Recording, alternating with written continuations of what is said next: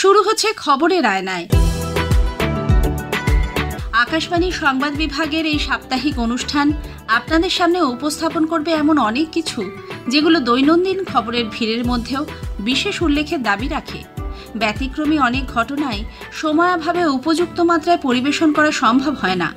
আবার বেশ কিছু ঘটনাও নানা কারণে সবার চোখ এড়িয়ে যায়।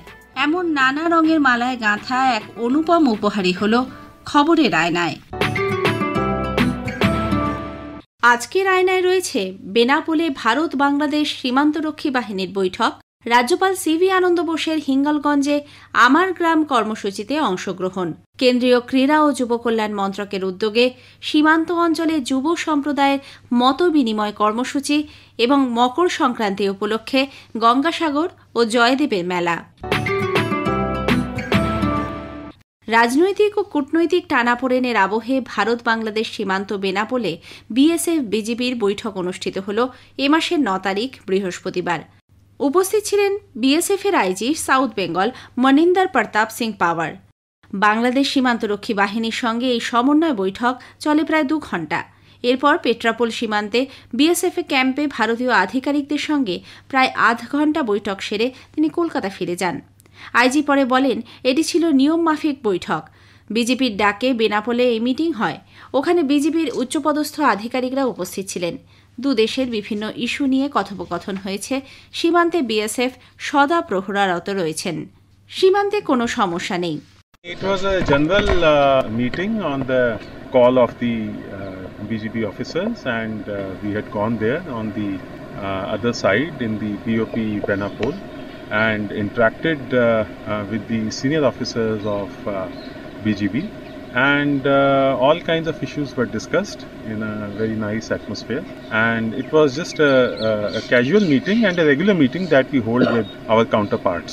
The company commanders hold at their level, the unit commanders hold at their level, the sector commander hold at their level, and the IG level also hold meetings on regular intervals. There is no problem anywhere. We are guarding our borders perfectly well. There is no problem anywhere. Rest assured, we are guarding our territorial integrity with full grit and honor.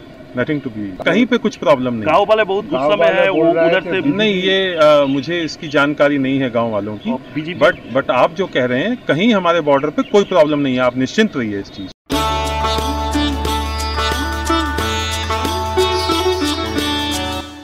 রাজ্যপাল CV আনন্দ বোস গত মঙ্গলবার হিঙ্গলগঞ্জের বাকরায় বিএসএফের 118 নম্বর ব্যাটালিয়নের ক্যাম্পে civic action প্রোগ্রামে যোগ দেন ও আমার গ্রাম কর্মসূচির অঙ্গ হিসেবে গ্রামবাসীদের অভাব অভিযোগের কথা শোনেন। অনুষ্ঠান শেষে সাংবাদিকদের রাজ্যপাল বলেন, বিএসএফ ভারতের সম্পদ। দেশবাসীর নিরাপত্তার স্বার্থে ভারতের সীমান্তরক্ষী বাহিনী বহিঃশত্রুর যে কোনো রকম আক্রমণ প্রতিহত করতে সব দিক দিয়ে প্রস্তুত। তিনি বলেন, রাজ্যের বিভিন্ন গ্রামে গিয়ে রাজ্যপাল গ্রামবাসীদের অভাব অভিযোগ শুনবেন, তাদের সমস্যা সমাধানের জন্য সংশ্লিষ্ট কর্তৃপক্ষের সঙ্গে কথা বলবেন। কি ব্যবস্থা নেওয়া হচ্ছে তার প্রতিও লক্ষ্য রাখবেন তিনি। The purpose of this visit was twofold. One is to meet the people, understand their problems, and try to sort it out with the authorities concerned. Second is to meet our brave hearts of the BSF for guarding the borders, which is a very, very perilous exercise, but they are doing excellently well.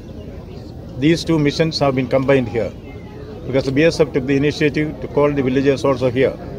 A lot of activities have been organized to benefit the villagers here. That's why you have seen them here.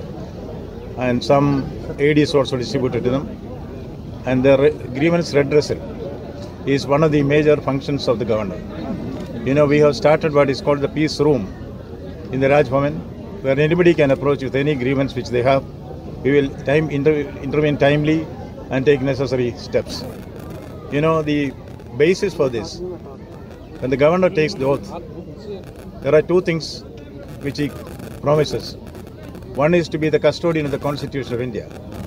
Second is to work for the welfare of the people of Bengal. So people of Bengal is very important to me. That's why I come here. This is part of the exercise. This is only the beginning. The great exercise is called, you know, Amar Gram. Going to the villages, being with them, if possible staying with them and understanding their life their problems, their emotions, and also responding to it in a very, very positive way. India is a great nation which has internal strength to guard against any exigencies. Our BSF is fighting fit, oiled and kept fighting fit. They know how to tackle the situation and they will do it. We have come here with a very noble purpose. That purpose is being served. I have met the people who have met me. We have also seen the Jawans of the BSF who are guarding us. We are very much inspired by them. They instill confidence in us. Because they spend sleepless nights guarding us, we are able to sleep peacefully in our homes. So cheers to the BSF and also cheers to the people here.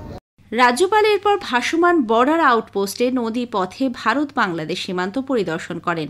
Civic action প্রোগ্রামের অঙ্গ হিসেবে স্বাস্থ্য শিবির, mobile বিজ্ঞান প্রদর্শনীর আয়োজন করা হয়। ভারত সরকারের বিভিন্ন মন্ত্রকের তরফে স্টলও দেওয়া হয় এখানে। পড়ুয়াদের হাতের ব্যাগ, খেলার সামগ্রী তুলে দেওয়া হয়েছে। মহিলাদের উপহার দেওয়া হয় গৃহস্থালির সামগ্রী ও কম্বল।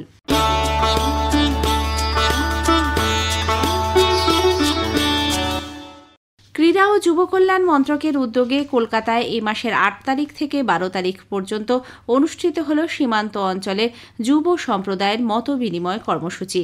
রাজারহাটে এক্সটেনশন ট্রেনিং সেন্টারে আসাম, মেঘালয়, সিকিম, ত্রিপুরা, উত্তরপ্রদেশ ও বিহারের ১৫ থেকে ২৯ বছরের ২৫ জন যুবক যুবতী এবং ২ জন সহযোগী এই এক্সটেনশন কর্মসূচিতে অংশ নেন। নেহেরু যুব কেন্দ্র সংগঠনের কলকাতা উত্তরের district youth officer Priyanka Ghosh জানিয়েছেন, এই কর্মসূচির মূল উদ্দেশ্য হল দেশের যুব সমাজকে জাতীয় ঐক্য ও সংহতির প্রতি সচেতন করা এবং ভিন্ন সংস্কৃতি ও ঐতিহ্যের প্রতি শ্রদ্ধাশীল করে তোলা। এছাড়া অংশগ্রহণকারীদের জন্য সাংস্কৃতিক, ঐতিহাসিক, শিল্পক্ষেত্র এবং ধর্মীয় স্থান পরিদর্শনের সুযোগ রাখা হয়েছে। যুব সমাজের উন্নয়ন এবং পারস্পরিক বোঝাপড়া বৃদ্ধির লক্ষ্যেই এ ধরনের উদ্যোগ অত্যন্ত তাৎপর্যপূর্ণ। Border area youth exchange programme Nehru Yuva Kendra Kolkata north থেকে আমরা অর্গানাইজ করছি ফ্রম 8 জানুয়ারি টু 12 জানুয়ারি 2025-এ। এটা Rajarhat extension training centre etc সেখানে হচ্ছে। এইখানে ত্রিপুরা, আসাম, মেঘালয়, সিকিম, বিহার আর উত্তরপ্রদেশ এখান থেকে ছেলেমেয়েরা আসছে, ইউথ স্পেসিফিকলি 15 to 29 এজের মধ্যে।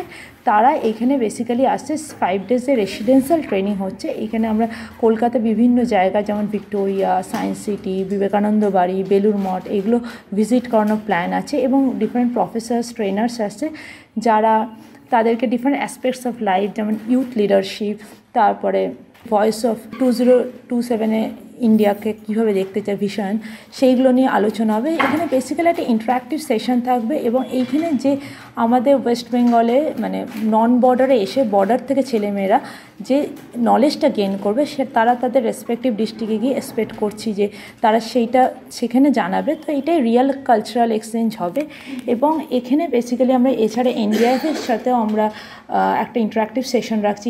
এসএসবি থেকেও অফিসার্স আসছে, তাদের সাথে একটা ইন্টারাকশন সেশন রাখছি। তো এইভাবে different aspects of life, different aspects of society সেইগুলো সামনে উঠে আসবে, তারা জানতে পারবে, তাদের থেকে আমাদের এখানকার ছেলেমেয়েরা অনেক কিছু জানতে পারবে।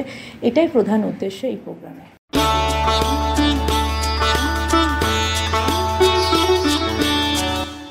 আজ মকর সংক্রান্তি। এই উপলক্ষে কয়েক লক্ষ পুণ্যার্থী আজ গঙ্গাসাগরে স্নানের পর কপিলমুনির মন্দিরে পুজো দেন। মেলা উপলক্ষে প্রশাসনের তরফে সব রকমের ব্যবস্থা নেওয়া হয়। মুড়িগঙ্গা নদীতে ড্রেজিংয়ের কাজ ভালো হওয়ায় অন্যবারের তুলনায় এবছর ফেরি চলাচল ছিল অনেক স্বাভাবিক। কপিলমুনির আশ্রমের সামনের দিকে ভাঙনের ফলে সমুদ্র এগিয়ে আসায় সমুদ্র তট জুড়ে নিরাপত্তা রক্ষীদের তৎপরতা অনেকটাই বেশি। সন্ধে পর্যন্ত মেলার গতি প্রকৃতি নিয়ে আমাদের প্রতিনিধির একটি প্রতিবেদন।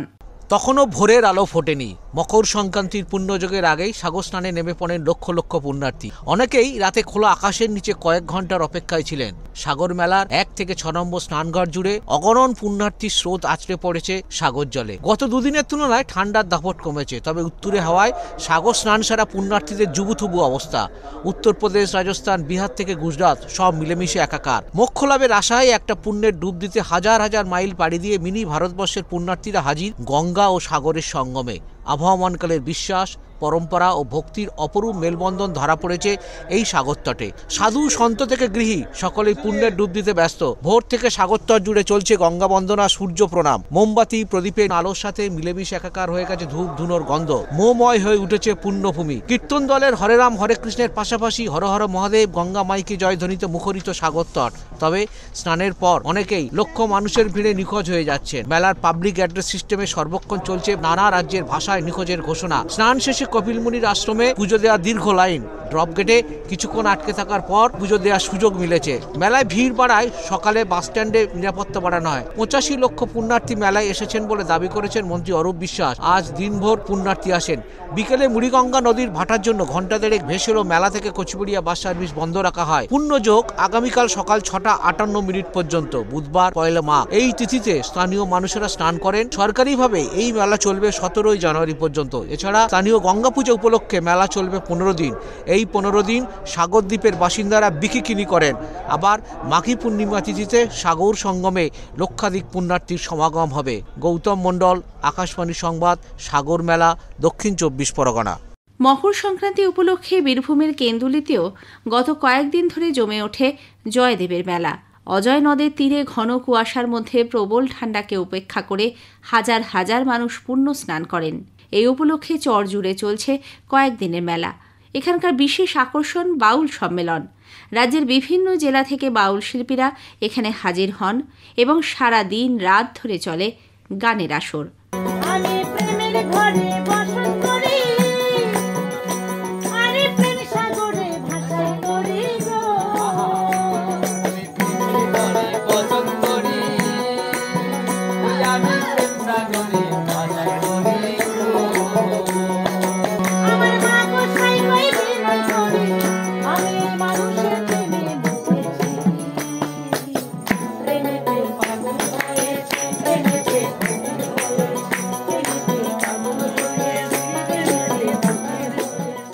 জয়দেবের মেলা থেকে আমাদের প্রতিনিধির একটি প্রতিবেদন। সামগ্রিকভাবে মেলার ক্যানভাসে চোখ রাখলে চোখে পড়বে দুটো ছবি। একদিকে ভক্তি রসের ধারা, কৃচ্ছ সাধন, ঠান্ডাকে উপেক্ষা করে লক্ষ লক্ষ মানুষের স্রোত যেমন মিশে গেছে অজয়ের ধারায়, সেই জনজোয়ারকে অবলম্বন করে রাজ্যের বিভিন্ন প্রান্ত থেকে অসংখ্য পরিবার এসেছেন তাদের হস্তশিল্প নিয়ে। মাটির বাসন ও ঘোড়া, বেত, বাঁশ ও কাঠের নানা সামগ্রী, সেই সঙ্গে এসেছে ঢোল, বাঁশি ও একতারা। ভক্ত ও দর্শনার্থী সবার জন্য আজ ছিল খিচুড়ির আয়োজন অনেক আশ্রমে। ভিড়ের কারণে দুর্ঘটনা এড়াতে প্রশাসনিক তৎপরতা ছিল অবশ্যই, তবে এসবের পাশাপাশি ঐতিহ্যের এই মেলা নিয়ে সরকারি উদাসীনতার অভিযোগও কানে এসেছে। অজয়ের বালি সরিয়ে স্থায়ী স্নানের ঘাট না তৈরি হওয়া, প্রতিটি স্টলের জন্য মেলা কমিটিকে অনেক বেশি টাকা দিতে হয়, তাই পণ্যের দামও বেশি হওয়ায় ক্রেতা কম, রাত্রিযাপনের উপযুক্ত পরিকাঠামো নেই। এসবের পরেও পূর্ণিমা উত্তর চাঁদের আলোয় একতারার ধ্বনি আর বাউলের সুরে গোটা রাত মায়াবী হয়ে ওঠার অপেক্ষায় কবিতীর্থ জয়দেব। অভিজিৎ চক্রবর্তী, জয়দেব, কেন্দুলি, বীরভূম, আকাশবাণী সংবাদ। আজকের আয়নায় শেষ করার আগে একটা অনুরোধ, আপনাদের কেমন লাগলো এই অনুষ্ঠান ইমেলে জানান অথবা আকাশবাণী সংবাদের সোশ্যাল মিডিয়া পেজে। সেরা চিঠির উল্লেখ থাকবে প্রেরকের নাম সহ। আজ এ পর্যন্তই। আবার আগামী মঙ্গলবার ঠিক এই সময় আকাশবাণী সংবাদ বিভাগ প্রযোজিত খবরের আয়নায় নিয়ে আসব আপনাদের সামনে। ভাষ্যপাঠে নমামি বসুরুদ্র, সংকলন ও প্রযোজনায় অভিজিৎ চক্রবর্তী।